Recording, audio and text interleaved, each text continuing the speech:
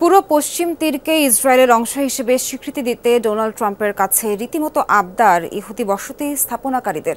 এরই মধ্যে ট্রাম্প প্রশাসনের কাছে ধর্ণাও দিয়েছেন ইসরায়েলি কর্মকর্তা। নতুন মার্কিন প্রশাসনের অনেক কর্মকর্তা সফরও করেছেন পশ্চিম তীরের দখল দেয়া ইহুদি বসতি। শিয়া বাটার ও ভিটামিন ই সমৃদ্ধ lily glam beauty soap. Lily, always beautiful. ছবির মতো সাজানো গোছানো এই শহরে একসময় ছিল ফিলিস্তিনিদের বসবাস। পশ্চিম তীরের এই এলাকায় ইসরায়েলি দখলদারিত্ব চালিয়ে তৈরি করা হয়েছে এসব ইহুদি বসতি। এসব দখলদারদের এবার দাবি পশ্চিম তীরকে পুরোপুরি ইসরায়েলের অধীনে নিতে হবে।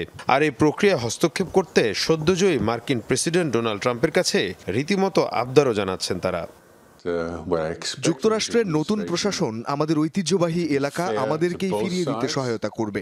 আমরা এমনটাই আশা করছি। ফিলিস্তিনকে বোঝাতে হবে যে এই অঞ্চল তারা আমাদের ফিরিয়ে দিতে বাধ্য এবং এতেই শান্তি নিশ্চিত হবে। যুক্তরাষ্ট্রের নতুন প্রশাসনের অনেক কর্মকর্তা এরই মধ্যে সফর করেছেন এসব ইহুদি বসতি এলাকায়। ফলে এই অঞ্চলকে দ্রুত ইসরায়েলের জন্য স্বীকৃতি দেয়া হবে এমনটাই আশা ইসরায়েলি কর্মকর্তাদের। নতুন প্রশাসনের অনেকেই আমাদের সাথে আছেন। তারা এখানে সফর করেছেন, আমাদের সাথে প্রার্থনাতেও অংশ নিয়েছেন। তারা বুঝতে চেষ্টা করেছেন আমাদের অনুভূতি।